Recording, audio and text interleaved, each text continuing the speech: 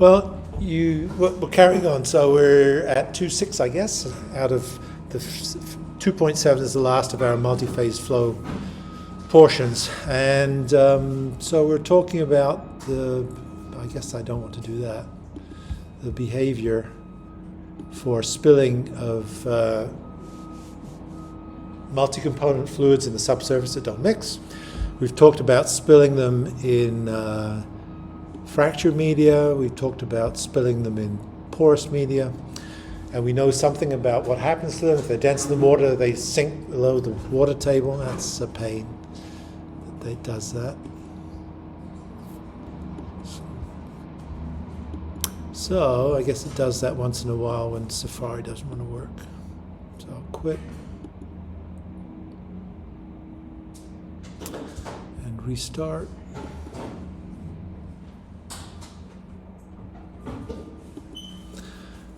And yeah, you've seen this. So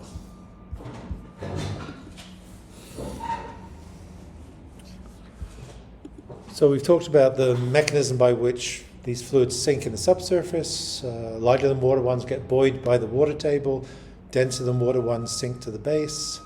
And we've really spent our time trying to understand the mechanisms by which that occurs, both by how capillary forces hold them in place and try and prevent entry into the subsurface through the capillary pressure versus saturation diagrams, and also how quickly they will move in the subsurface based on what we've talked about more recently. Geez, that's annoying. So we're continuing with that as our mantra. So if we look at what we've done so far. So today, I'll just briefly perhaps recap everything we've done in terms of the significant things first.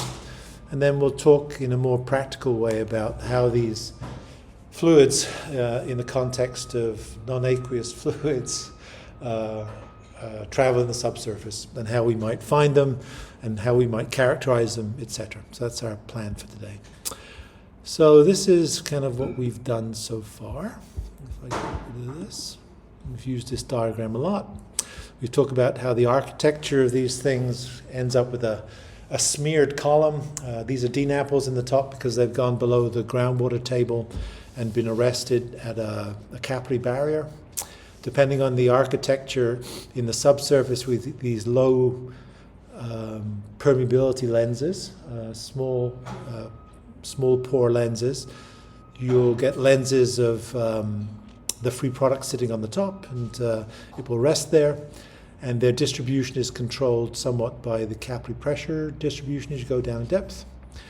We've tried to describe those both in terms of simple models that describe why you might get these fingers that go ahead because they find large open pore throats to go down and therefore advance. But we can also more readily talk about the area inside one of these representative elemental volumes and try and say something about that.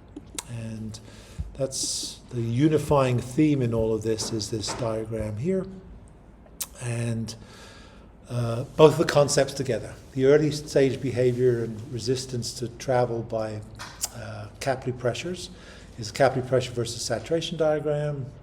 We talked about an entry pressure and what that means. We talked about that means you invade here at 0% saturation with the wetting fluid, and it builds as you get higher capillary pressure. Greetings. As you return the capillary pressures, it's hysteretic.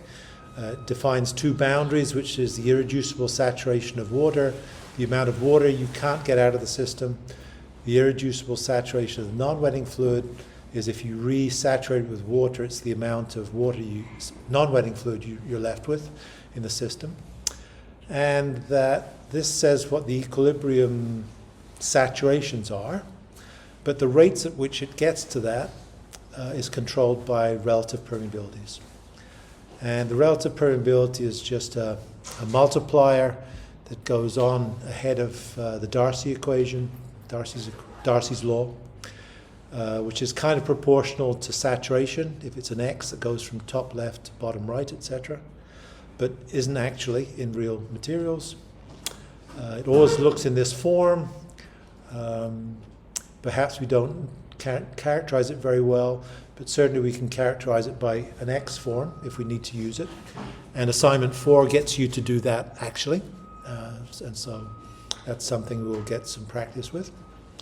And this describes the motion of these fluids through Darcy's law. And we also described how they're linked in terms of the reason that we have this entry pressure, which in terms of the Leverett function, J function is capillary pressure divided by interfacial tension, permeability, and porosity, square root, if you remember. Why this is always equal to 0.3 at this point here.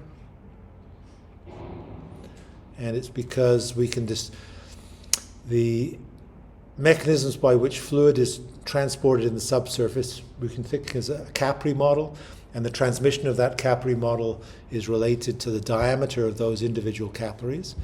And also the height rise in a porous medium is controlled by the diameter of those capillaries as well. And so it makes sense that these two things are linked together, and we can show that this is the case just by playing around with it. And we mentioned that this is important maybe because we'd like to get some idea of this entry pressure, or actually we'd like to know what it is, but we can only do that if we know what the permeability is, porosity is, and interfacial tension, which are actually quite easy to, much more easy to get than an experiment that you run to get capillary pressure. And so that's kind of where we have come over the last little while. The ultimate use, I guess, of this is in something we also looked at, which was in terms of this, what we do with these capillary pressure diagrams by turning them upside down all the way back here. A long time ago, this. And the utility, they're not abstract things that we have, but the utility of them is that we can think of them in two ways. One is in the vadose zone, when we're talking about water and air as two fluids that are present. And it defines exactly what the vadose zone is. It is a zone that is tension saturated with water because its attraction to the quartz pulls it up above the water table, which is at atmospheric pressure. And the height of that is controlled by the PC0, the bubbling pressure. And the relative proportions of water and the air, which is the non-wetting fluid, are controlled by the pressure relative to this point. But that also translates to an elevation if you can transpose the pressure in terms of a height multiplied by the difference in these two pressures in the water and the air. And so that's the capillary pressure. And so if you multiply this depth or height by the difference in the densities times gravity of the two fluids, then you get this capillary pressure. And you can write this either as a height or as a capillary pressure. And that's what we do. And you could do that starting at the groundwater table and going below and thinking about if you spill a green non-aqueous phase liquid, it has to be denser than water, otherwise it'll just sit on the surface. And that also describes an analogous situation where this is originally all water filled, but as you invade with the non-wetting fluid, this case an apple instead of air, but still a non-wetting fluid, then you increase the saturation of that at the expense of water. They both add to 100% or 1 as they go up. So that's kind of the summary of what we've attempted to do so far. So today we'll perhaps look at these from a more practical point of view, if we don't all get migraines from listening to that, and see how the distributions of those fluids might occur in the subsurface, how we might characterize them by maybe running experiments or drilling to be able to see what they are, how we might modify our understanding of that. So in a practical sense, we can look at how these fluids move in the subsurface. We know that there are two kinds, those that are lighter than water and those that are denser than water. We can look at their saturation, which you've, I guess, just summarized, but look at it in a more holistic sense, and look at being able to define the amounts of that fluid that might be present in the subsurface, because that might characterize exactly how much we might want to recover, and how we might want to define the success of how much fluid we've taken out as we recover it. So if we look first at the vadose zone only, then this is exactly what we've just looked at. This seems to get smaller all the time. If we look at these behaviors and what it means, well, we talked about kind of capillary models of pores, or grains rather, that is present in the subsurface.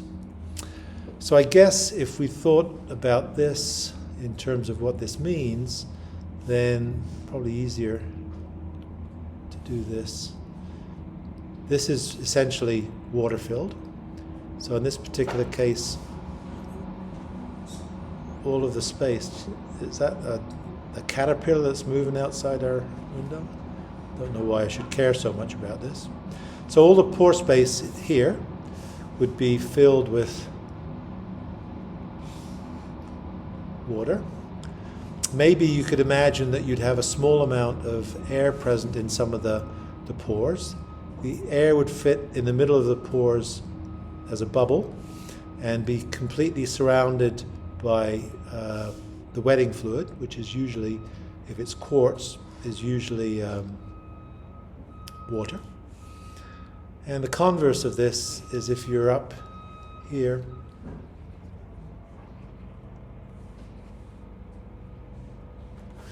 would there be that this would be truly, perhaps I can draw it, doesn't want to be bigger. Then around here there'd be kind of a monomolecular layer of water. I'm not doing this very well. Only to make the point that this zone where the bubble is bigger, right? Because as we go up here, then this is going to be, I guess it's kept as this big size. This would be the saturation of air. Didn't mean to do it so big. And this is the saturation of water.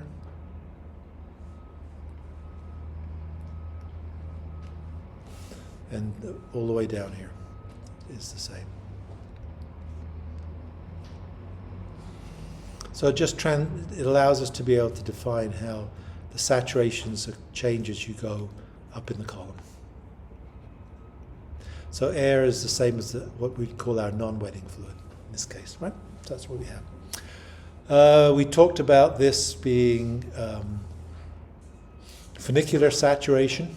And so funicular saturation means that there is a bubble of non-wetting fluid, air, which has to be carried out on a funicular railway, a cog railway, by the motion of the water. So if you want to get this air out of the system, it can only be pulled out by the water, which is dragging it with it. It's not a very efficient way to move. And in this pendular zone, we have this, I guess the origin of the term comes from the fact that on these joining grains, you have these pendants, donuts if you like, that surround the grains as a donut.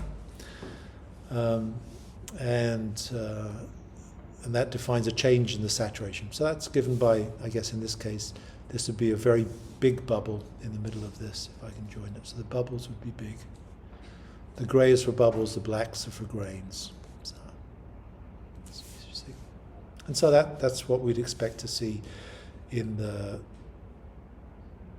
column, in the vadose zone. So a portion which is almost 100% saturated, maybe has a really small amount of air in it, and as you go up it gets progressively more air until it reaches a new equilibrium. Of course, these magnitudes here are the bounds of our curve. So this is what we've called the irreducible saturation of water. You can't get any less water in it than that. And this here would be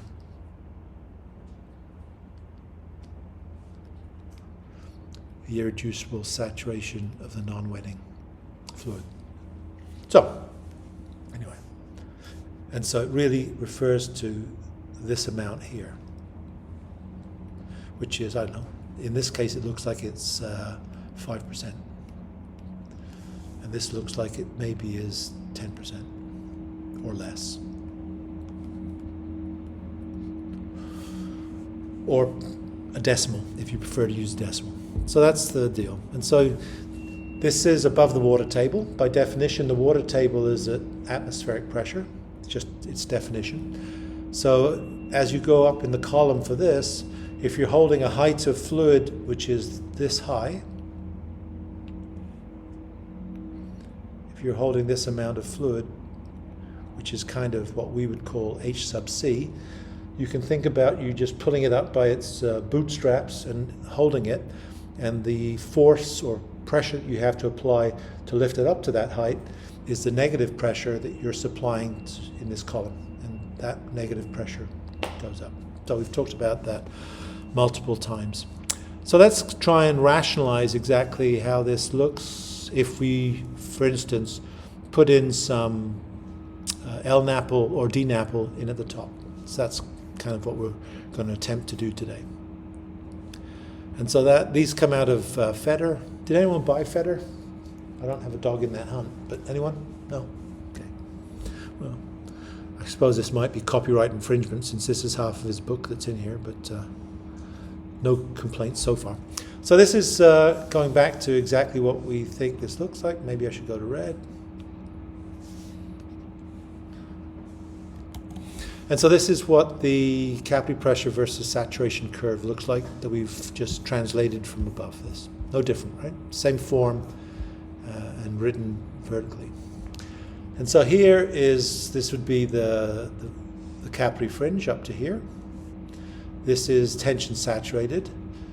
This is written in terms of volumetric water content. So we said in our first meeting that you can describe saturation as equal to the volume of the fluid divided by the volume of the voids, the pore space in other words. And the volume of the voids has to be actually relevant for what you're going to do, I think, in this week's assignment. The volume of the voids is equal to the total volume multiplied by the porosity, right, by definition. And the volumetric moisture content is equal to the volume of fluid divided by the volume total. I guess we could call this total, right? So you know what that means. So if you have a piece of soil, you centrifuge it so that the soil solids, so the quartz, takes up the bottom part.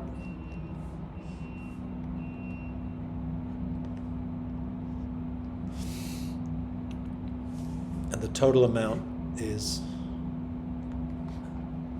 VT. Just our simple definitions. So you need that for your capillary pressure diagram for assignment 3. So volumetric moisture content versus saturation. Volumetric moisture content is just the volume of fluid defined as the volume of the total soil sample. The saturation is the volume of fluid defined as the volume of the porosity, the open sample, that's all. Clearly, it can only fill 100% of the pore space, so the saturation is between 0 and 1. But if it's filling the volume that's available to it as the voids, then the maximum value of this can only be the porosity. So this must be, in this case, the porosity. In this case. And so it varies from 0 to the porosity instead of 0 to 1, because this is the proportion of the solid, which is pore space, essentially. And it has this same form. It defines the capillary pressure. So this is written as elevation, but elevation Z is also proportional to the capillary pressure, just as we drew on those figures before. And you see that it defines the capillary pressure versus saturation curve, but I guess in this case it's really capillary pressure versus volumetric moisture content. So these are in sequence. So this is early, late, later, latest. So this must be gasoline that's going in, because you see that it ultimately ends up sitting on the water table. And so at 2 hours, it's been dropped in. So we've made the assumption that, the first part of the course we didn't care about time. We said this gets to some equilibrium distribution, and then it sits there for the next few months or the next few years. We don't care that it takes a few months to get there, perhaps, but it's much faster than that. This is what happens in a porous medium after 2 hours. So if you looked at this, I suppose you would think of this as being, let me use red so you can see it. The different proportions are going to be, this is the volumetric moisture content of air. This is the volumetric, I guess it's probably not, this is the volumetric content of the non-wetting fluid, and this is the volumetric content here of water. So, just the same as this, right? So it'd be no different.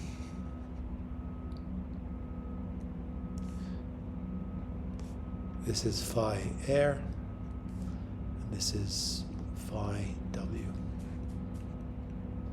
So it's just a progression.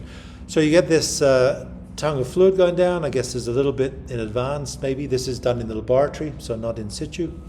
As you leave it for longer, this further moves down as a plug. So again, if you look at these distributions, then the volumetric moisture contents of those fluids change in this proportion. So air, water, and LNAPL,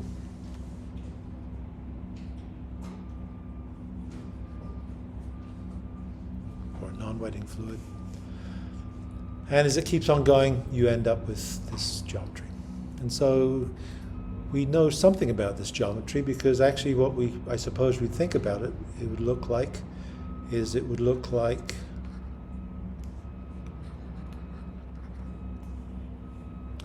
if we draw it according to our cartoons.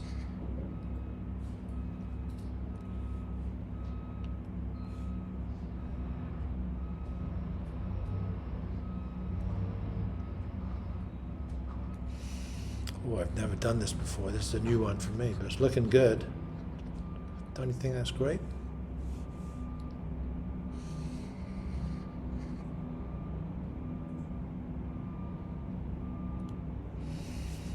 There's one a bit lower. I haven't done it quite. That's probably about right? So you see that what this would be. This is, I guess, we're essentially going. You could imagine that this spill is vertically going down this segment here. So this would be the kind of cross section that we're drawing along down here. And you see these relative proportions. We know that in this chimney we have a smear on it. So the smear means that you have a relatively small proportion of saturation of the non-wetting fluid. It's present only as a small coating within this portion, and most of it remains to be, this would be air saturated all the way here. So it's mainly air filled. It has a tiny amount of residual water left in it, which would be this amount here. Once you get into this lens is being buoyed by the capillary fringe. It can't go below the water table because it's not denser than water. And so it's sitting here. So it puddles here and ponds. And so what this physically represents is that this is the saturation of this here, or volumetric moisture content of the non-wetting fluid. I guess equals gasoline, right? Would be a not unreasonable thing to have. This is the amount of air that's present. Sorry, water. And this would be the amount of air. So that's exactly what we're talking about. So these aren't so abstract features, these capillary pressure versus saturation curves or volumetric moisture content curves, but they represent this architecture that we've seen many times. And I suppose if we wanted to complicate it by having different capillary barriers in here, there'd be multiple, well, we won't do that. We don't need to. So understanding this is kind of important. This represents our irreducible saturation of water, or I guess volumetric moisture content. And I suppose this would represent our the minimum amount of air that we can get in the system. Yeah. So anyway, so that merely demonstrates what we expect it to look like. And we've seen that before. If I just switch in and out, this is exactly the kind of things that we've talked about. Nothing more than that. Oops, didn't mean to do that.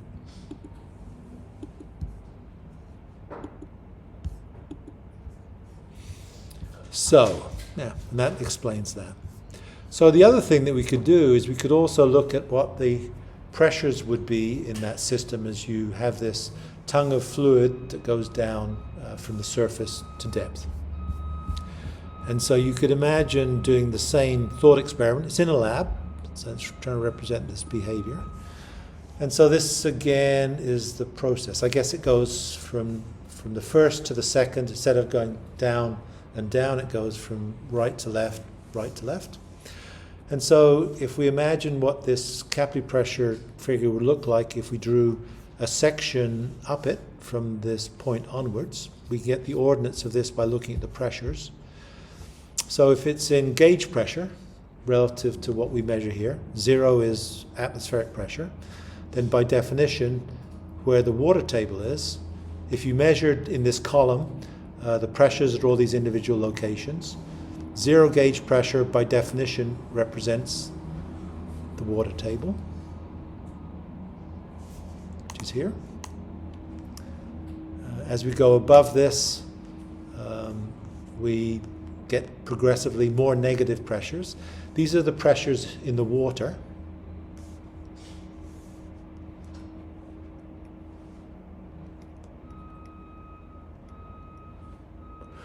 And you'll figure that the pressures in the air probably don't change very much, because we know that water has 1,000 times the density of air. And so if we go from the bottom to the top of this room, the air pressure doesn't change appreciably. But if we went 3 meters down in the swimming pool, you'd feel the difference in your ears, right? So that's the difference. And so as you go up here, these are negative pressures in the water. As you go below the water table, these are positive pressures increasing like in the swimming pool. So you know the gradient of this would be the same as the pressure change with depth in the swimming pool. It doesn't care that it's in a porous medium. It's the same as in a swimming pool. All that matters is that it can go from this point in the pore space to another point in the reservoir and get there completely through the pore space. It's connected another way. So now you drop this fluid in the top, this oil in the top. So now what it does is it changes. This would be the pressure in the oil that goes into it. And the oil now pushes down. So it's a similar process as you can imagine this tongue of fluid slowly penetrating vertically downwards and changing its morphology with time as it goes down. So in the first step, according to it would look like this. So how do we interpret this? So we have, this would be water that we have here. Have we always drawn our non-wetting fluid as green? This would be the pressure in oil. and because it has a pressure that is atmospheric here, so you measure these individual dots. These are actually measurements from an experiment. And so if you extrapolate through these dots here and extrapolate through these dots here, you get this kind of zigzag format. Then by definition, you could think of this as an oil table, because the pressure is equal to atmospheric and goes progressively more negative from that. And here is in the water that's below that, you have pressure which is atmospheric and goes upwards to negative. You keep on going, then you progressively get,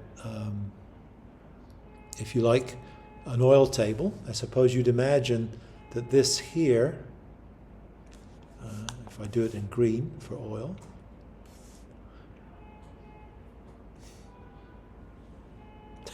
Jesus Christ. All right. I'll have to excise that from the video. No, shouldn't have any swearing. So you can imagine this would be oil sitting here. This is it's zero pressure here. It's at less than atmospheric here, but here it's below. It's just like going through a swimming pool that has a certain amount of this oil sitting below it, and its pressure would build as you went progressively below. And if you keep on allowing more time to elapse, this is the same result as before, then you end up changing a couple of things. You end up, as you push down with this oil on the surface, which I guess this would be free product here. This would be gasoline.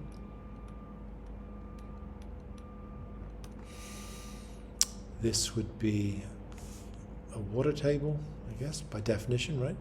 Zero pressure here. I suppose this would be a water table.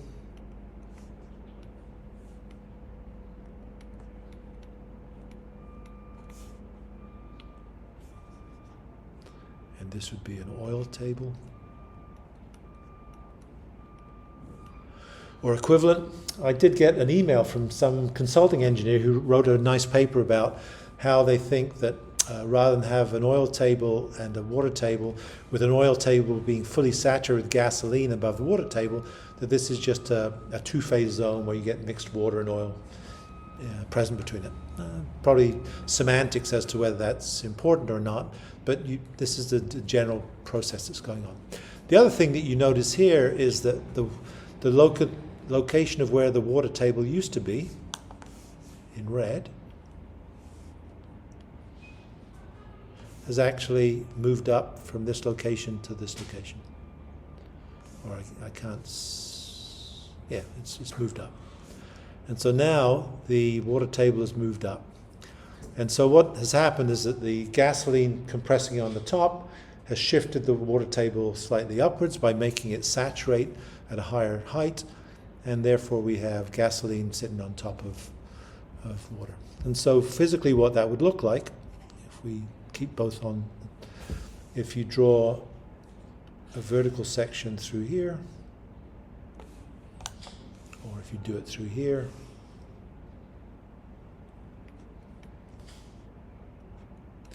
then this would be, if we use green, I suppose, if you can see green. This would be this lens of fuel that sits here. Where the lens of fuel is deepest, it's compressing or pushing down the water table and saturating this capillary fringe. And so you end up with a layer of gasoline, this lens here, on top of the water table, which sits below here, at this point here. It should be this point here. And so that's just the morphology of this segment as it develops. And so we might want to be able to figure out exactly from this, if we know what the distribution of these components are with depth, then we could potentially use this figure for our capillary pressure versus saturation curves to be able to figure out exactly what the distribution of masses of these different components would be, because if we'd like to take this oil out, we might like to know exactly how much of it we have in place so that we know what success might look like for us. And so to do that, what we might think about doing is taking this, being consistent with our colors, this green lens of material that's sitting in our sight, that we think we know where it is, and drilling a hole through it and being able to measure somehow the thickness of this lens to be able to figure out what the volume or mass in place is. But the problem with that is that once you've drilled this big capillary tube, probably 4 inches, 10 centimeters in diameter, this no longer has any capillary pressure effects in it, and so this gasoline would be happy to drain into this big hole, basically. And so since the capillary behavior doesn't stop it, if you measure the depth of the free product in this borehole, which is the only access you have to your aquifer, then you're not going to get the right thickness that's present in the geological medium, which is what you want to know. And so the question is, how do you correct for that? We can easily measure what this thickness of floating product is, but how do we convert that to get this actual height here? So the process is this. You think that within this borehole, if you have gasoline sitting on top of water, then you know that the pressure in the oil is given by the density of the oil, its thickness, and gravity. It's all right. This is just the unit weight of oil. No, sorry, that's not the unit weight of oil. That's not very convenient, actually, is it? Rho G is the unit weight of oil. So it's just the depth of that. If we look underneath that contact, then we've got the pressure of water pushing up. If it's not accelerating, then F equals ma, and so there's no acceleration, so the forces have to balance, pressures have to balance. And so if we calculate what the pressure of the water is, and then balance it, then we have an expression. If we've defined already that the water table, if it exists here, I guess in red, is at atmospheric pressure, right? So if we go down some depth below atmospheric pressure, which we'll call W,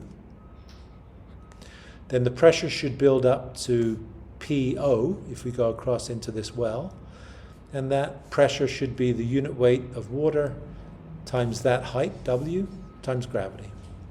So the surprising thing is that beneath this oil and its contact with water, it's atmospheric pressure, and we think it should be because of everything we've done here about describing exactly that we get a water table forming underneath the oil table. So this is exactly what we're seeing here. And so then quite simply, if we equate these two terms here, the pressure of the oil has to equal the pressure of water. If you do the trivial math that goes with that, then you get the height of the water here is W, and I suppose we'd like to know what T minus W is, which is the depth in the aquifer. Equals thickness in the aquifer.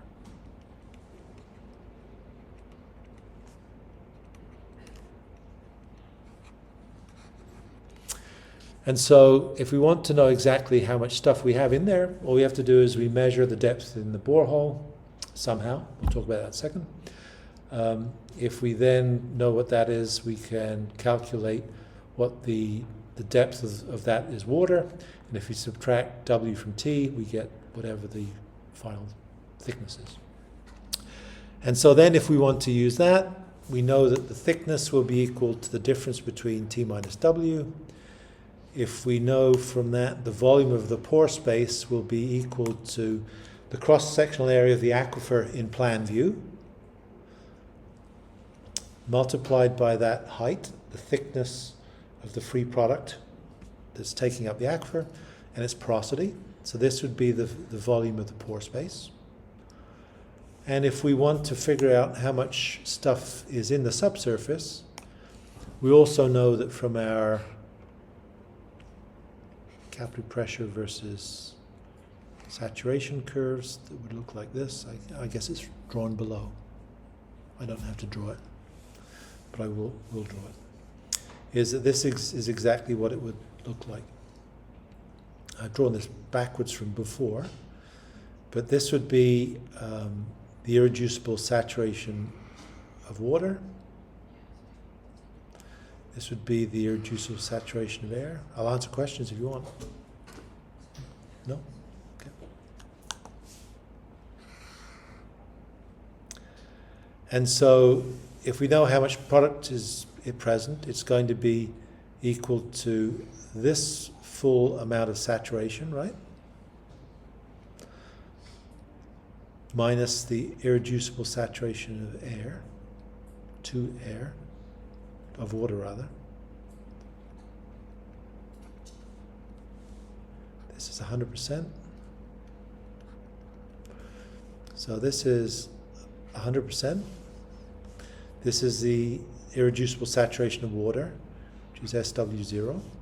If we multiply the saturation by the volume of the aquifer that's filled with that component, we have the amount of gasoline that's in it.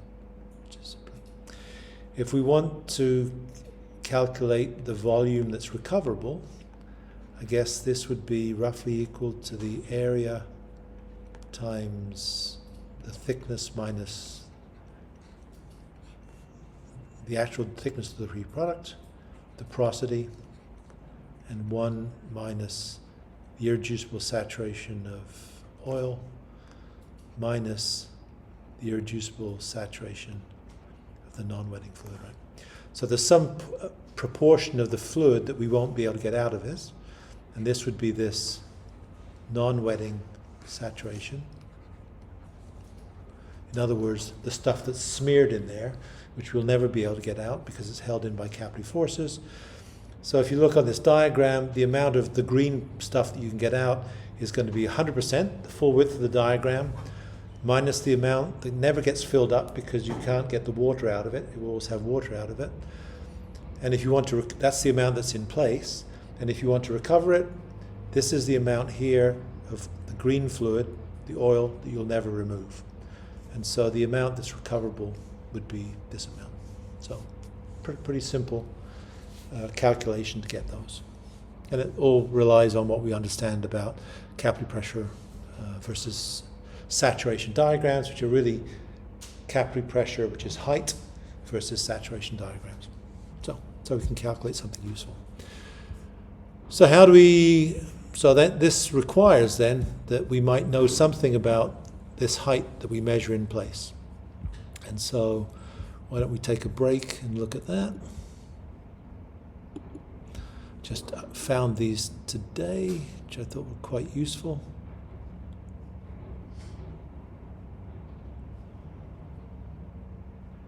If I can manipulate it. Good old USGS. Measuring water level with an electric tape. Sounds very...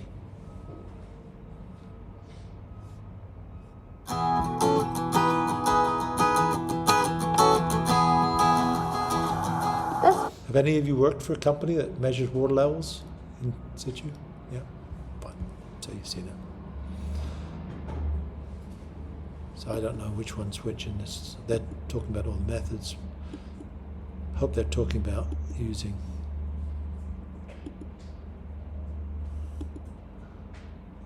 Yeah.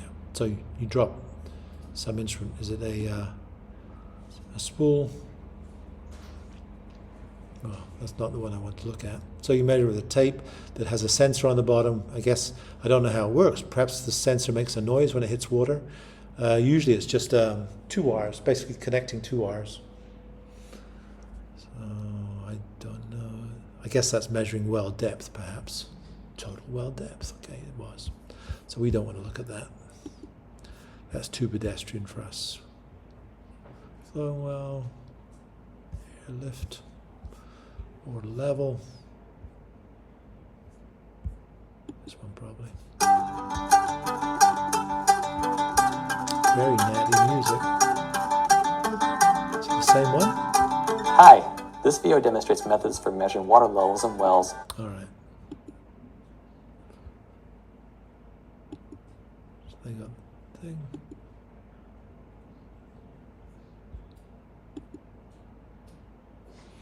Same thing. I thought one of these had a spool. Usually it's a spool that just has a long spool of graduated. I guess that's not doing very well here. It's graduated in terms of height and has two conductors on it. Electric tape. There we go. Fine. Perhaps this is it. So it's pretty straightforward. If I look through what it might look like, this is all the equipment you need. Hi, my name is Randy Bayless. I'm the groundwater specialist for the Indiana-Kentucky Water Science Center of the U.S. Geological Survey. And today we're going to talk about the airlift method for well redevelopment. I want the airlift method. I Over want to time, groundwater wells may become partially or even fully blocked by accumulation of materials at the well screen or openings.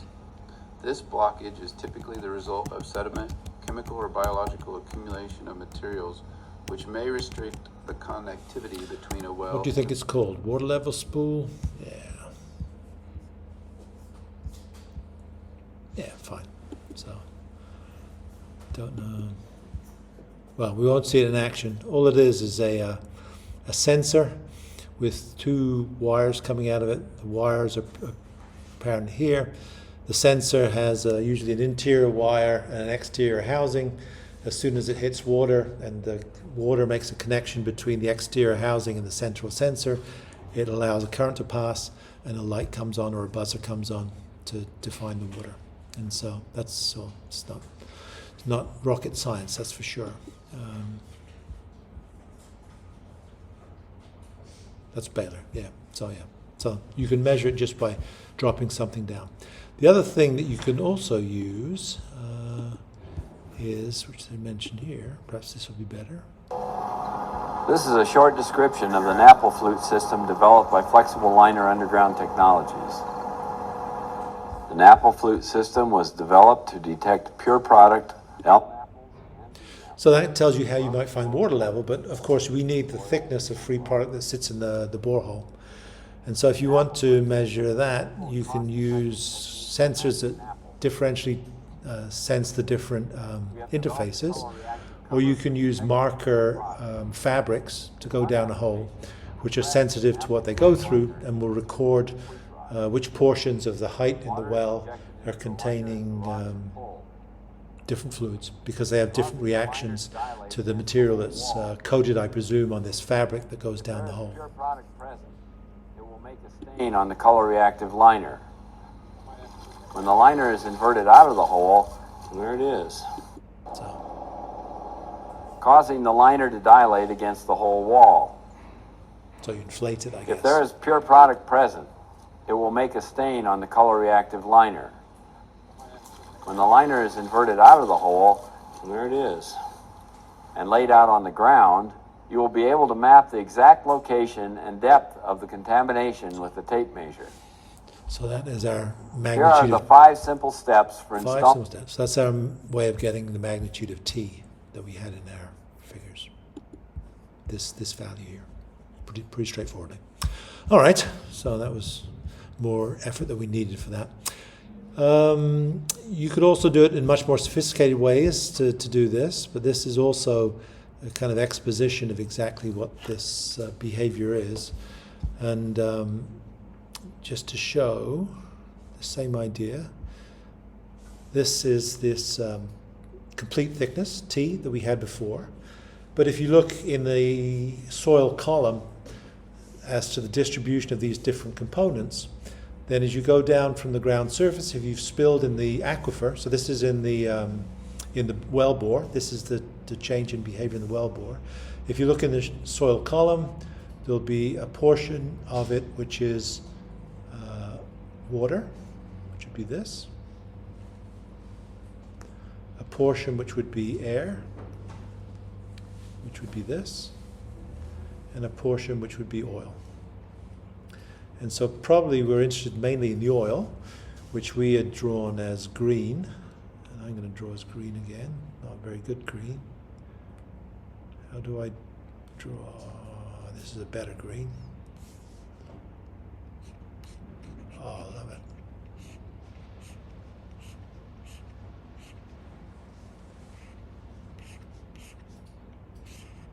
not thick enough. If we go down through here, this is all the portion which is oil, and has exactly the same kind of profile that we alluded to here, and we're really just interested in this main portion because we have these changes top and bottom, but perhaps we don't worry so much about those. Perhaps one cancels out from having oil here and actually having presence of water in the tension saturated zone here.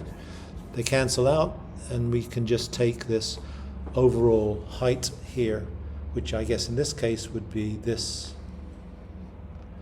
big distance, big fat arrow. So this would be our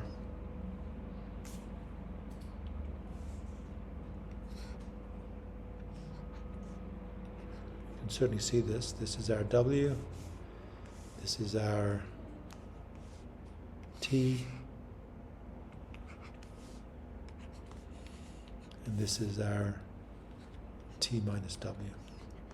So this is what we want, this is what we can get, and this is what we can calculate W, and thereby subtracting one out, we get the other.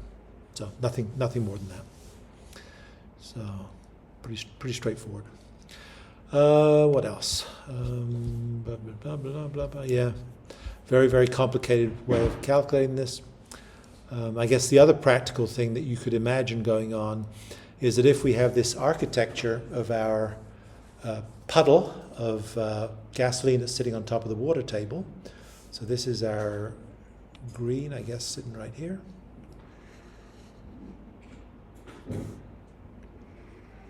Our lens. Then these diagrams on the right-hand side show exactly that as well. It shows the amount of oil that we have present in the system, which if we draw it here is level with this lens. Most of it's water. The black part that doesn't come out very well is the water saturation.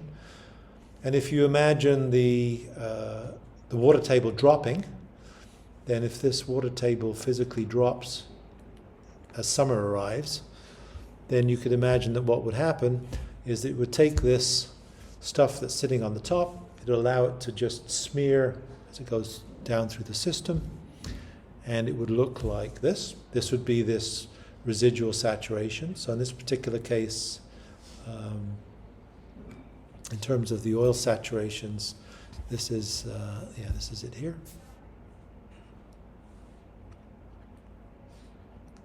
This is saturation of oil.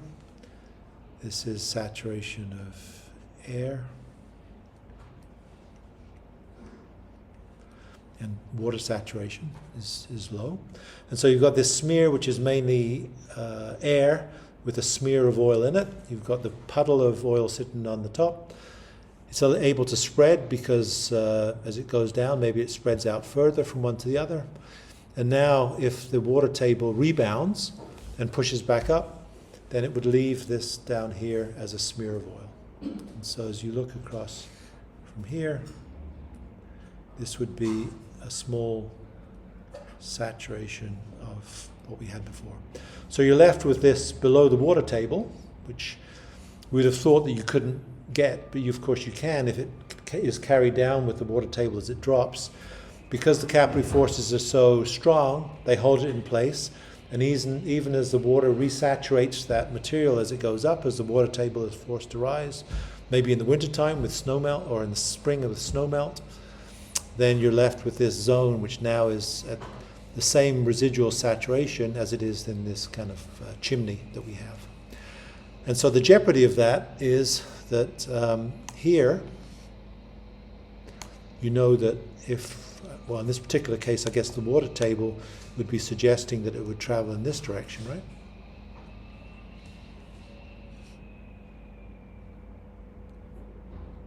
To a first approximation, if this is, you could calculate, do we have enough space?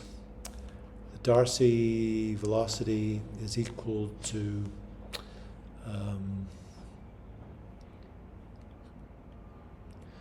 permeability over viscosity of water multiplied by the relative permeability to water multiplied by dH dx. At the first approximation, the slope of the groundwater table could be this head gradient. The permeability of the aquifer you'd need to know, 100% permeability, 100% filled with one fluid, and the viscosity of water. And this would be the relative permeability to water. And so I guess if you drew the diagram for this, I'm taking up this space, we know kind of what it looks like, is that it's our red fluid, right? Which we have. It would look something like this.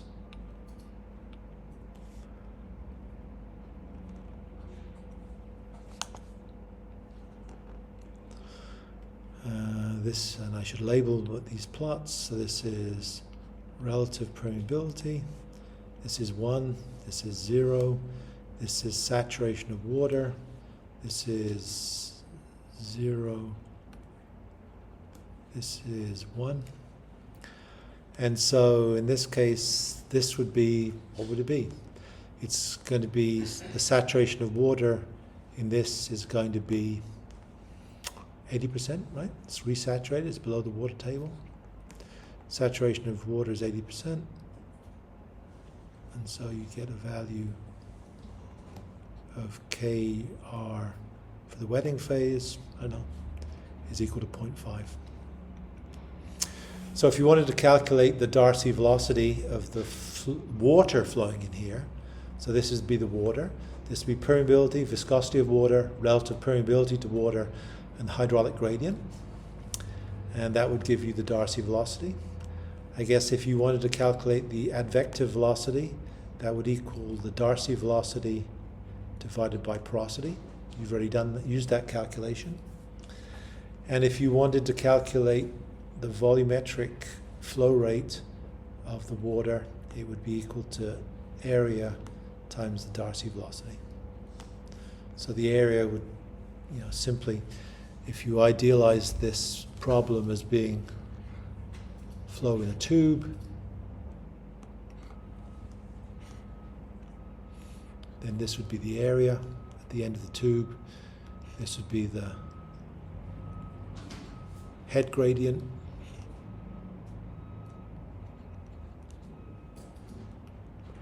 And this would give you either the velocity, Darcy velocity, or the flow rate. So straightforwardly from that. And if we haven't talked about it yet actually, but I think you might need to use this for assignment 3, if you wanted to calculate the mass rate of removal of a dissolved contaminant, you could calculate by taking the volumetric flow rate and multiplying by the saturation. Let's call it concentration.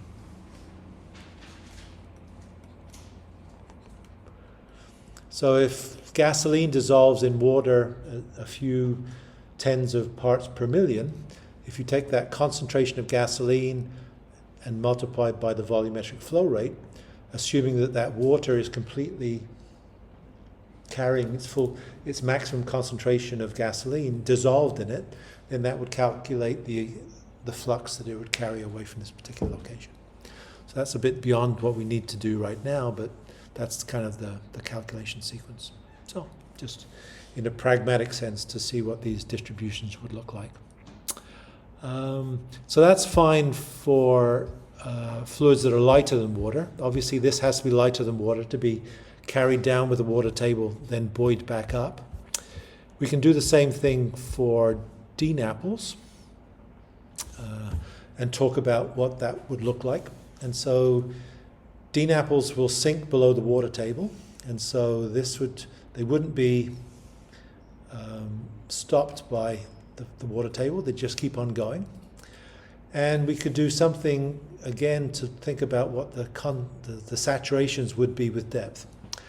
I guess the one thing to come out of it is that we could certainly talk about what the differences in saturations would look like. And of course, this curve here kind of looks like a capillary pressure versus saturation curve. Right? This is this inverted curve. This curve here.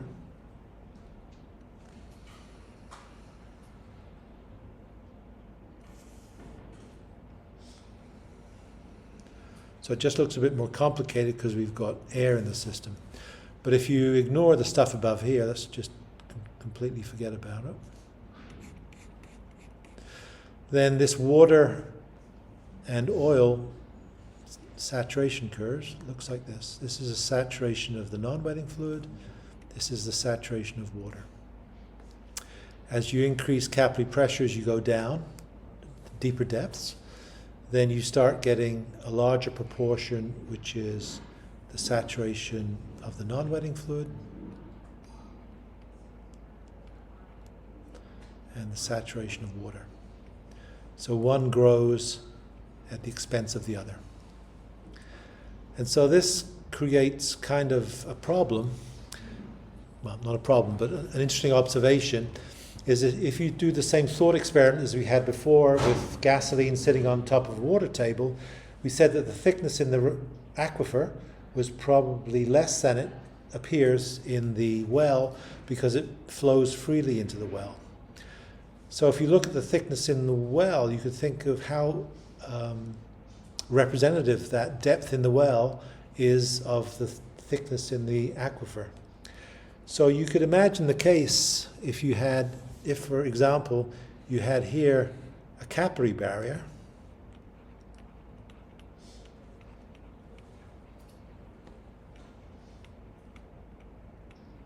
one of these very low permeability materials that acts as the ledge on which the lenses of DNAPLs sit. So if you had a capillary barrier there, that would actually stop the stuff from going. So if you drilled a well bore down to that depth, then it would fill up to that capillary barrier. But if you drill a well which is deeper than that, then there's no reason why the stuff that spills into the well from the aquifer wouldn't completely fill it up and keep on flowing as long as there's an amount in the aquifer that can keep on supplying it. So now, if you take the depth of the free product within the well bore, all that's true about this is that this is about the uppermost location within the reservoir. There's no truth in the depth of this, because if you keep on drilling a well which goes to the center of the earth, if there's enough product in the aquifer, it would just keep on filling it up. And so you have to be aware of that. And so you need to know in this particular case, you'd have to have samples from the aquifer at different depths to be able to see if you find it in the drill core, to be able to know whether it's present or not, because you can't use the drill hole to be that magnitude. And the final thing that we might want to do is a thought experiment to think about these capillary pressure versus saturation curves. So if I draw our capillary pressure versus saturation curve as we think we've known it, so this is saturation of water, 0, 100%. This is capillary pressure, which is proportional to depth. And it's also proportional to this J function, which is capillary pressure, interfacial tension, permeability, and porosity. So what we could do, kind of being a bit of a weenie here, we could write capillary pressure as a function of, just by rearranging this, the J function, which is a number, interfacial tension, square root of porosity over square root of permeability.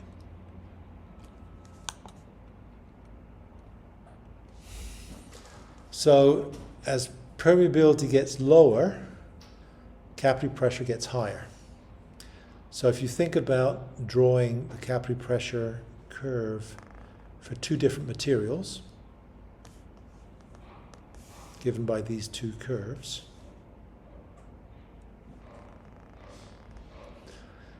this would be for a low permeability curve, right? Because the capillary pressure, entry pressure is super high. And this would be for a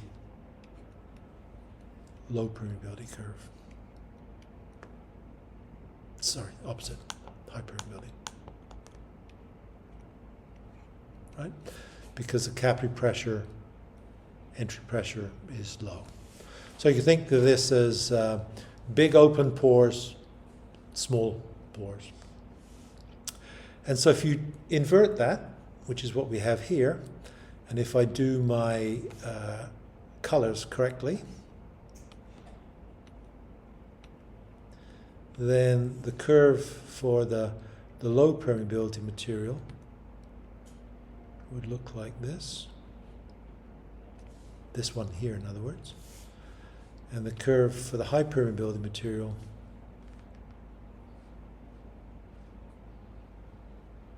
would look like this.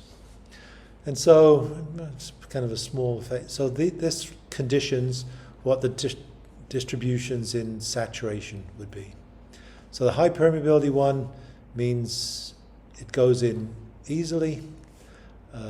It exists at very high saturations high up within the system. So this would be the oil saturation. Whereas if you look at that same depth within the other regime, so you're looking at these two locations, then in this low permeability one, low porosity, low permeability, then the magnitude of the saturation at that depth of oil is tiny, because it's mainly water. And it's just kept on going through there. You get it present as residual saturation. It's kind of the smear that's left in the chimney. And in both cases, at the base of these, this is your bank of the non-aqueous fluid, because it's present at this really high saturation as you go way through it. And this is the bank of it that's saturated in this place, which is present only as the lens at the bottom of the system. So you get different architectures of these things as you go through this. So perhaps not surprising. And I think that's probably almost it. We talked about sampling. Maybe let's close out with the final movie, which I think one of these is a sampling movie. Yeah. So how do you sample in these systems?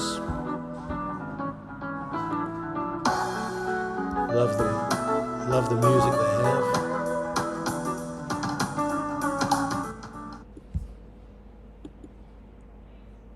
Missed it. And so you use a baler. And so a baler is just a tube that goes down the borehole. If I stop at the right place and make a few points about it. Didn't get it in time.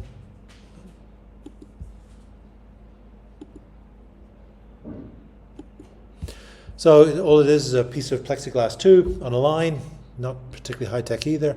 It has a bull valve in the bottom, so that when you put it in and there's nothing inside the tube, the pressure on the outside moves this bull valve up. It allows the fluid to go in through the bottom of the baler. When you pull it back out, the bull valve, because it has the weight of the fluid that's in the tube acting against it, it shuts the bull valve, so it means that it drags out the fluid that you filled the tube with. And I think the other picture on here is exactly showing that. Another action picture.